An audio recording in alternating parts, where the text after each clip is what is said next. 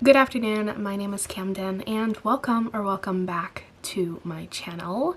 In today's video, I'm going to be going over my spring TBR. In case you missed my last TBR video, I divide up my TBRs seasonally because I'm quite a mood reader and I have a hard time committing myself to like a whole month of reading and what I think I'm gonna read because my mood changes often and so do the books that I feel like reading. So this TBR is not set in absolute stone by any means, but these are just the books that I anticipate reading in the spring. Some of these books also correlate to videos that I plan on filming in the spring as well, so you might see some books in here that fit along a theme, and that would be why. Without further ado though, let's just hop into the TBR. The first book on this list is Half a Soul by Olivia Atwater. This book has been getting a lot of hype in the past year. It came out in 2022 and I feel like since then I've been seeing everybody recommend this book. This one is like almost a Regency style romance but with fae involved. We are following a main character named Dora in this book who is cursed by a fairy at birth, and she finds herself in a lot of awkward situations, it sounds like.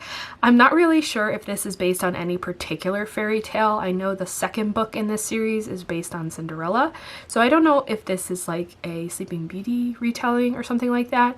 I guess I will have to read it to find out, but either way, I'm super excited to read this one. The back of the book says that it's a cross between Bridgerton and Howl's Moving Castle, which sounds fantastic. I don't tend to read a lot of romance, but I feel like this is going to be such a perfect combination of fantasy and romance that it'll be exactly right for me. The next book on this list is The Beautiful Ones by Silvia Moreno Garcia. Silvia Moreno Garcia is one of my favorite authors. I've really only read 2 of her books so far, but you know when it's just like an instant connection to an author's writing and the plots that they come up with and you just fall in love with their mind. That's Silvia Moreno Garcia for me. So I've been trying to make a concerted effort to read all of her backlist books and get caught up to all of the books that she has published so far. So this is the next one that I plan on reading. This one in particular is about a young woman who is looking to find a mentor in a very famous and well-renowned telekinetic, as she has discovered that she has some powers of telekinesis of her own. Remembering correctly, I believe there is a bit of a love affair between them as well, with some interesting power dynamics and possibly quite a significant age gap. So I'm really excited to read this book. I feel like I've heard such amazing things about it from everyone who has read it, so I'm really excited to continue on the Silvia Moreno Garcia backlist tour. The next book on my spring TBR is one that I do not physically own.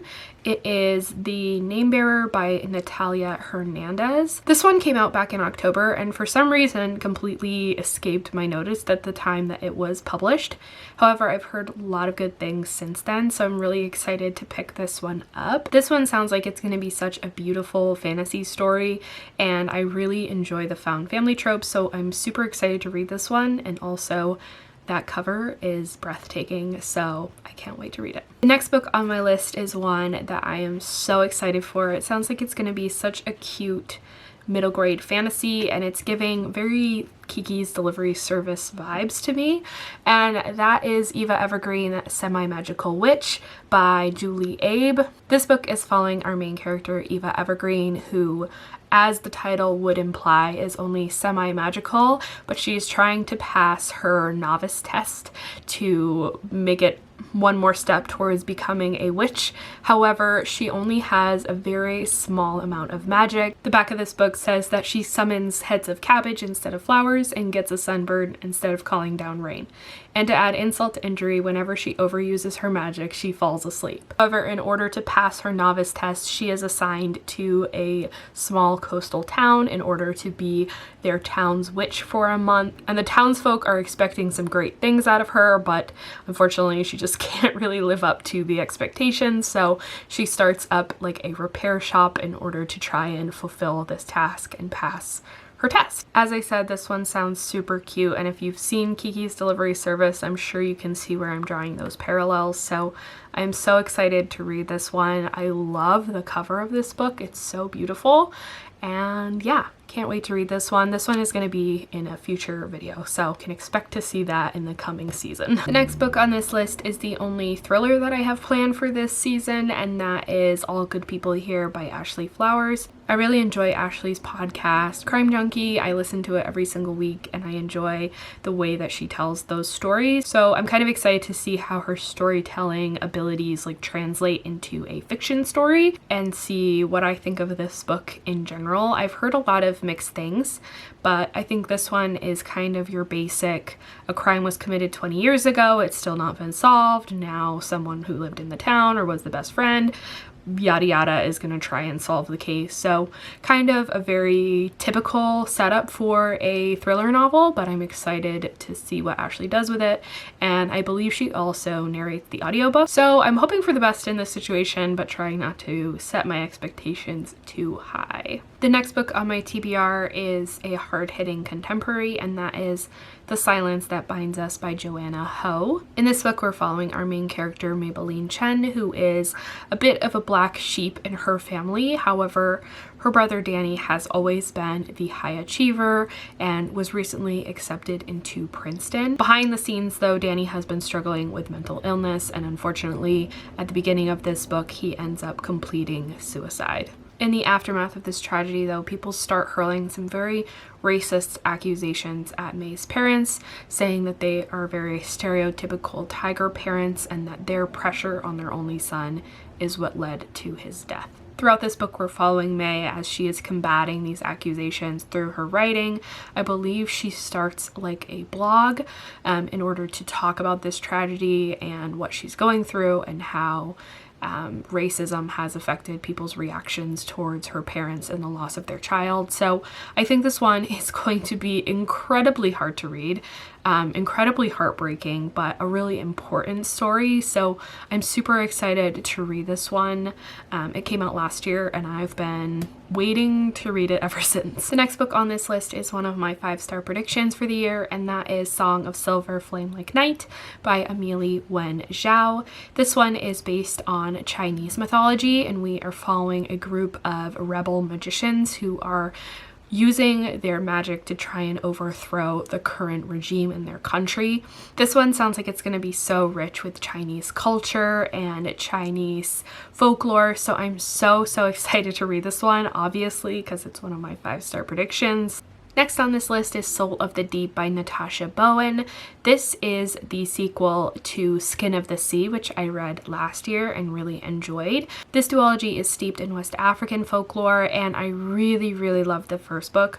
I obviously can't tell you exactly what the second book is going to be about because it's a continuation on of the first book, but the first one is following Simi, who is a Mami Wata, or basically a mermaid who takes the souls of the drowned to the afterlife. However, in the opening sequence of the first book, Simi ends up saving a drowning man and bringing him back to life instead of delivering his soul to the afterlife, which sets off a chain of events that leads on this very epic quest and a lot of interesting adventures. So I really loved the first book. I can't wait to continue on and read the conclusion of this duology. I'm loving how many duologies have been coming out in recent years because I don't have the attention span for 3 books, so I'm loving the fact that duologies are like taking off right now. Me and my short attention span really appreciate it.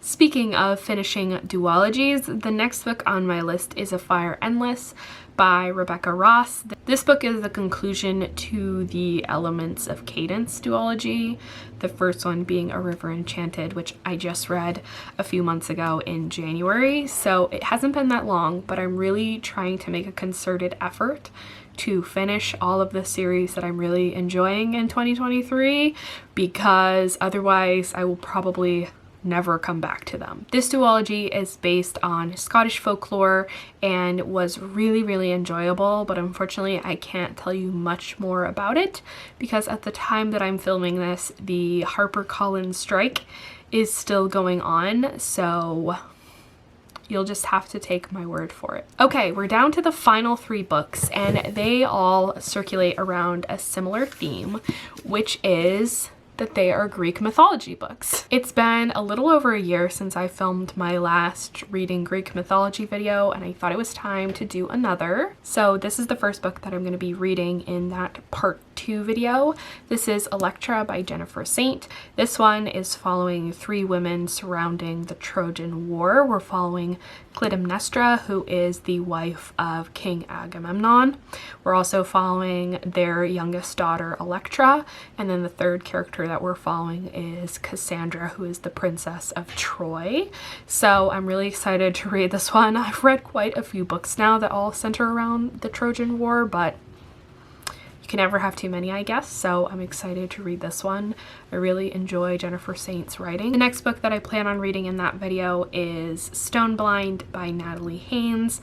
This one is following Medusa. Obviously, not really sure what more to say about that, but Medusa's an icon, so can't wait to read that one as well.